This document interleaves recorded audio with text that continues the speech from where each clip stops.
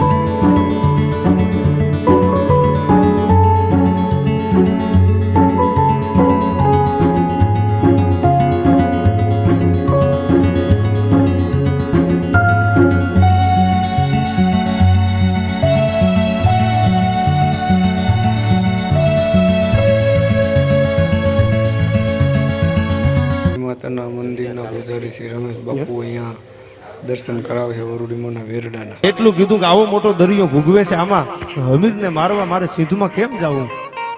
તેદી ખોયા બાટીની પીછળ અને વરુડી એમ કહેતી હોય નવગણ ભરોહો નીકળી ગયો, ભરોહો ઉડી ગયો બાપ, ભરોહો રાખ નવગણ, તારા ઘોડાના મોયલા ડાબે છબછબિયા વાહે જો ધૂળની ડમરીઓ ઉડાડું તો માનજે કે વરુડીને ખોયા બાટીની પીછળ ભેળી હતી. પણ વિશ્વાસ નવગણ જેવો તમારે મારે ક્યાં લેવા જાઓ?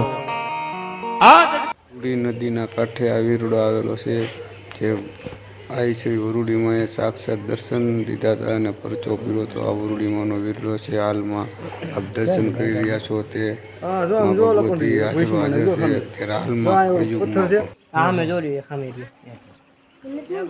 સાઈડમાં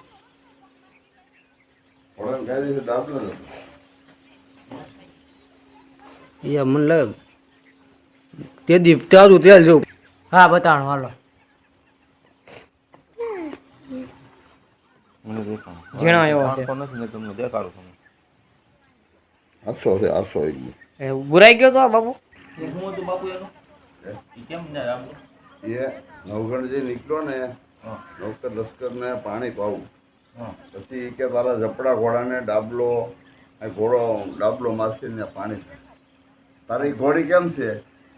એવો ઝપડો ઘોડો હતો એની આગળ નવગણ કે તારો ઘોડો આમ ડાબલો પસાર છે ને તો ત્યાં પાણી નીકળતી, ડાબલામાં પાણી નીકળ્યું તે બી આ વીરડામાં પાણી આ એની ઉપર આને નગરપાલિકાએ નેર કરી, બીજા કોઈ અધિકાર નહોતો કે ભાઈ વરુડી જો ઘોડા ડાબલા પછી પાણી આવતું હોય તો નેર તો આપણને અમરેલી પાસે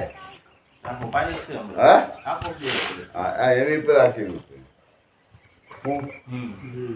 પાણી આમ ઓછું થઈ ગયું ભલા હા બધું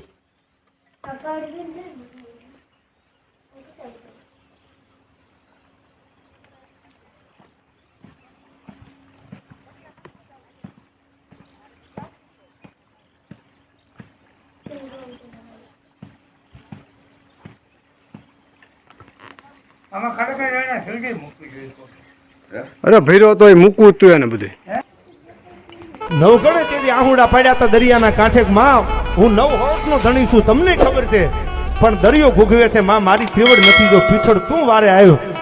તેથી ભગત બાપુ આ સંદમાં કહેશે પીછળે હોકારો દીધો તો કે હા નવગણ, આ દરિયામાં તારા ઘોડાને નાખ, મોયલા ડાબે છબછબિયા અને વાહે જો ધૂળની ડમરીઓ ઉડે તો માનજે હું હોયા બાટીની પીછળ તારા ભાલે કાળી દેવ થઈને બેઠી છું, મોરે હાલી છું ભાઈ હો.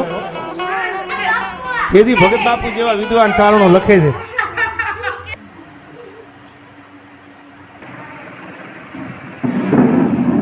વીરપુર તરફ જવા માટે 450 મીટર દૂર છે. આ જોઈ લો લોકેશન.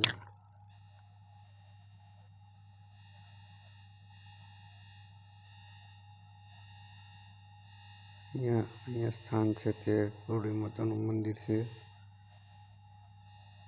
અહીંયા વીરડો આવ્યો છે માતાજીનો. દર્શન કરવા માટે બહુ માણસો અહીંયા આવે છે.